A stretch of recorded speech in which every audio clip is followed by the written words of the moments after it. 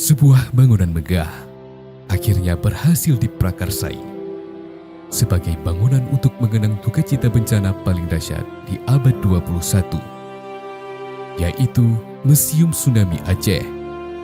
Berkonsep gelombang air laut, bangunan ini memiliki luas 2.500 meter persegi yang terletak di kawasan kota Banda Aceh, Provinsi Aceh.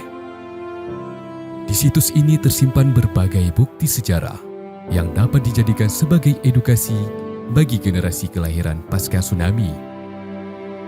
Museum Tsunami telah menjadi salah satu monumen simbolis dari gempa dan tsunami yang melanda Aceh pada tahun 2004 silam. Selain itu, situs ini juga merupakan salah satu destinasi wisata yang terkenal luas di wilayah Nusantara hingga mancanegara.